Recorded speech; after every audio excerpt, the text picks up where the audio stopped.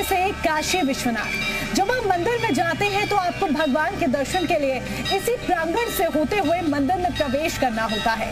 इसी प्रांगण में सुबह से भक्तों की लंबी लंबी कतार लगी रहती है, लेकिन इस मंदिर के ठीक सामने का हिस्सा विवाद की वजह है। और वजह यह है कि ज्ञानवापी मंदिर है या मस्जिद। आप जिस नंदी को यहाँ पर विराजमान हुआ देख रहे हैं, उस नंदी का जो मुख है, उनका मुख दूसरी तरफ है, यानी मंदिर के सामने है। और ये कहा गया है कि जहाँ नंदी का मुख, वहाँ भगवान भोले। जिस प्रकार आत्मा शरीर का वाहन होती है, उसी प्रकार से भगवान नंदी भगवान शिव का वाहन कहलाते हैं।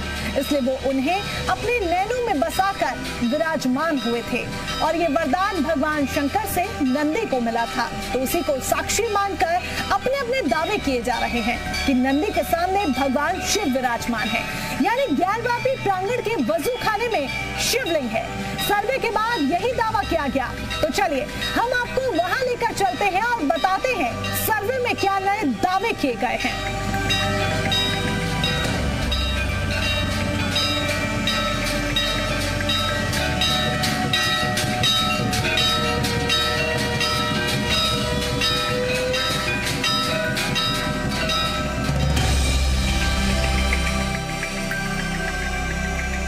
मंदिर के ठीक सामने वाले दरवाजे से होते हुए हम आ गए हैं 83 फीट की दूरी तय कर ज्ञानवापी के प्रांगण में।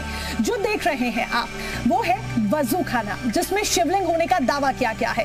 क्योंकि जो सर्वे हुआ और इस वजू खाने से जब पानी निकाला गया तो कहा गया कि शिवलिंग निकला है। इन्हीं साक्ष्यों को अदालत में पेश किया गया, लेकिन मुस्लिम पक्ष बात मानने को तैयार नहीं है।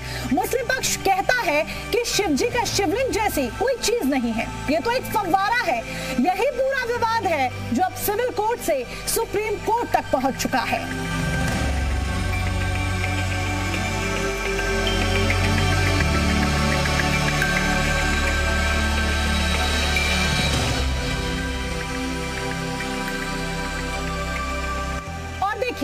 वजू खाने के बिल्कुल बगल में ये तहखाना है, जिसको लेकर रहस्य बना हुआ है। कई सारे दावे तहखानों को लेकर किए गए।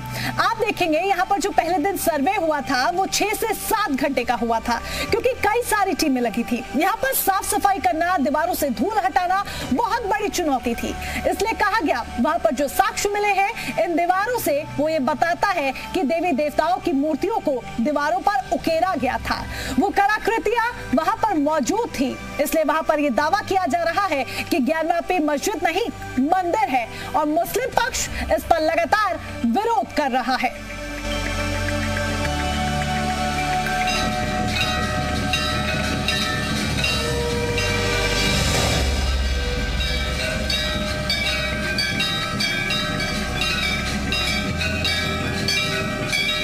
ज्ञानवापी और मस्जिद के प्रांगण से बाहर निकल कर आते हैं तो ये छोटा सा मां श्रृंगार गौरी का मंदिर नजर आता है, जो साल में एक बार खुलता है।